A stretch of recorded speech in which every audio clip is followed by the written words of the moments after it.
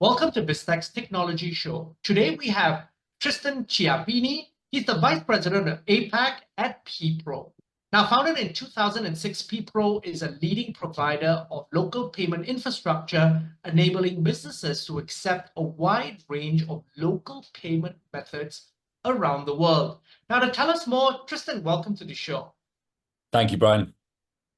Now, Tristan, for a start, could you give us an overview of what PPRO does and your role within the company? Of course. So at PPRO, really our mission is to simplify the access to local payment methods, as you said. We offer local payment methods with global reach and all done on one platform via one infrastructure. This really enables our customers, such as kind of global payment service providers and traditional merchant acquirers, to very quickly scale and very quickly localize their checkout pages and acquiring propositions. It's really our vision to enable the sale of goods and services to anyone in the world using really their preferred way to pay. And partners such as Citi, PayPal, Stripe, they depend on us to accelerate their growth, to boost their conversions, and really eliminate the complexities of offering a real multitude of different payment methods across the world. And really what you do is help businesses really navigate payment regulations in different jurisdictions, different countries around the world, and none more complex really than really in our backyard in Southeast Asia. People use Southeast Asia as one term, but really it's multiple jurisdictions, multiple levels of complexity, multiple levels of development as well. Walk us through how you help some of your clients in the Southeast Asian region really take advantage of opportunities in this region. Of course. And look, there really is an opportunity. But payments, the payments universe in Southeast Asia is really complex and very diverse. There's a real plethora of payment options. There are digital wallets, there are bank transfers, there's buy now, pay laters, and still cash we see a lot of. And offering that at the checkout, it offers a freedom of choice and a real convenience to pay. But just how we use some different currencies in different markets, local consumers use different payment methods in each of those markets. You have to be offering those different payment methods in order to be successful. And you really need to unpack and really understand the different types of local payment methods that businesses, merchants, marketplaces really need to offer to service the customer demand in each market. If you look at Singapore, Malaysia, for example, you see e-wallets like GrabPay. They're very popular among consumers, and really mobile devices are the preferred way to transact on e-commerce sites. But if you switch that and pivot to India, offering GrabPay at the checkout to an Indian consumer is not going to ensure a seamless checkout, right? Instead, in India, UPI dominates. Right. The same goes for Japan, where businesses looking to tap into the Japanese consumer market, they really need to offer the localized payment methods like Line Pay, PayPay, or even offer a cash payment method like Kombini.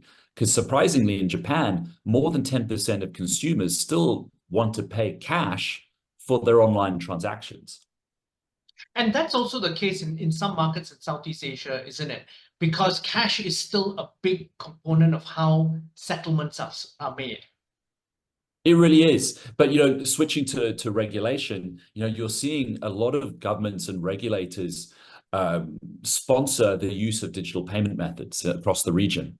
The best example, and the one I love about this, is mid last year, the Malaysian government was actually paying people 100 Malaysian ringgit, which is about 20 USD, to widen the national e-wallet adoption and really transform their economy.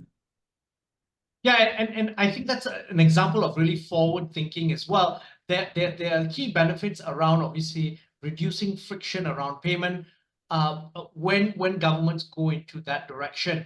But can I also get your insights into how this really is facilitating cross-border e-commerce? Because let's use the Malaysian example as a good example. So because of this initiative, a small local e-commerce player that has been using GrabPay suddenly hooks up with PPRO and then literally is able to transact with the rest of Asia Pacific. Now, walk us through perhaps some of the examples that you've helped merchants do things like that. Sure. No, there's some great examples out there. So typically a merchant looking to offer payments internationally will immediately go into two different avenues. Firstly, they'll look at Visa and MasterCard as the single use and single lane through which they can navigate the global economy, right? But that really fails when you start looking into markets like Indonesia, which has less than a 3% penetration rate of credit cards. So within Indonesia, merchants really need to look at the local payment methods, GoPay, e-wallets, in order to access those consumers. Those consumers typically won't have a Visa or MasterCard in which to access the global economy. So merchants looking to successfully sell into those markets won't be able to access the majority of Indonesian consumers without offering local payment methods. Now, could you share with us then, through your lens in 2024, what are the key trends that you see in the payment landscape in the Asia Pacific region, especially with businesses who are now looking to expand outward? Sure. So look, if you look at a more global level, right, new payment systems like Brazil's Pix, India's UPI are really redefining digital payment methods, and they're inspiring similar initiatives and demand from other countries. Across Southeast Asia, domestic real-time bank transfer networks have sprung up, right? PromptPay in Thailand, Do It Now in Malaysia, Pay Now here in Singapore, NPP down in Australia. And they're all at different levels of maturity. But crucially, until very recently, they've remained very domestic, very separate. Until, or actually unlike the EPP, so the European Payments Initiative in Europe, where there's, in Southeast Asia, there isn't that common framework or universally agreed set of standards for these homegrown real-time bank payment networks. But now, here in Singapore, open up your Pay Now banking app, and you'll actually see options to perform free real-time bank transfers to Thailand via PromptPay or to India via UPI. These are free and these are instant. Now, look, these applications today are really P2P money transfers, but mark my words, e-commerce applications for these are certainly coming. Now, let's move back to PPRO itself. You've just raised 85 million euros to expand and enhance your platform and execute. Walk us through how that money is going to be deployed. And you've got some great investors, including PayPal Ventures. We do. So look, India is a big investment for PPRO. We were selected by the MPCI back in 2021 to co-develop the cross-border UPI infrastructure. And this will go live very soon. And having just received that additional vote of confidence from our investors to the tune of 85 million euro, they believe in it and they're very excited about our strategy too. This round will give us the ability to execute on an existing strategy, and we remain very focused to ensure that we maintain our status as the leading provider of local payments infrastructure and methods globally.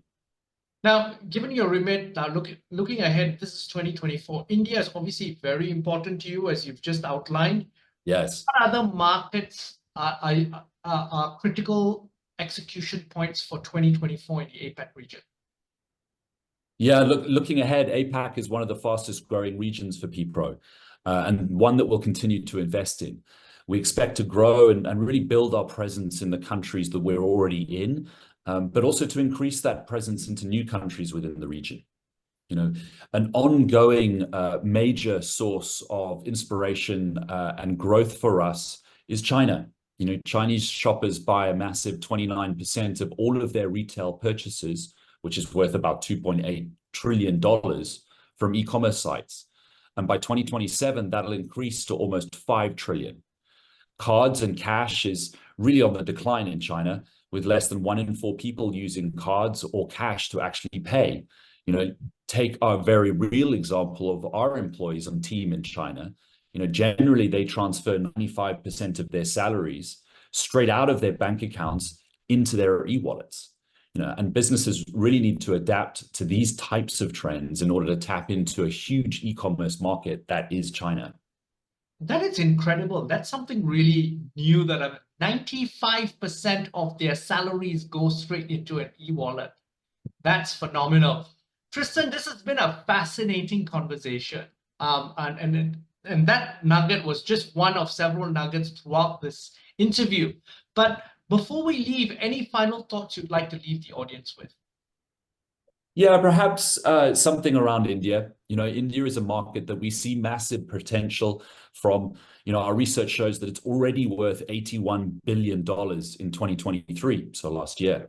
And this is really expected to rise to 137 billion by 2027. It's already the most populous country in the world.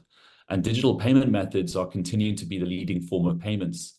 With 72% of Indians indicating that they prefer to pay with digital forms of payment method, the front runner of which is UPI. It's really grown UPI in such a short space of time to be the most popular payment method amongst Indians, and really one to watch for as businesses look to expand. It really is a phenomenal story, UPI. Since its launch in 2016, it's been steadily growing. And according to a report by PwC, it's really projected that daily UPI transactions will reach 1 billion by 2026. That represents approximately 90% of all non-cash transactions in India. So this will become key to PPRO's strategy in the region, and also a big bet that we're making on the future. Tristan, thank you very much for taking your time to be on the show. It's been quite enlightening. Great. Thank you very much, Brian. Good to see you. Now, we've been speaking to Tristan Chiappini. He's the Vice President APAC at PPRO. I'm Brian Fernandez, and you've been watching and listening to BizTech's Technology Show. This interview will be on our website, www.biztech.asia, as well as our syndication partners, TV stations, radio stations, and websites. Thanks a lot for tuning in.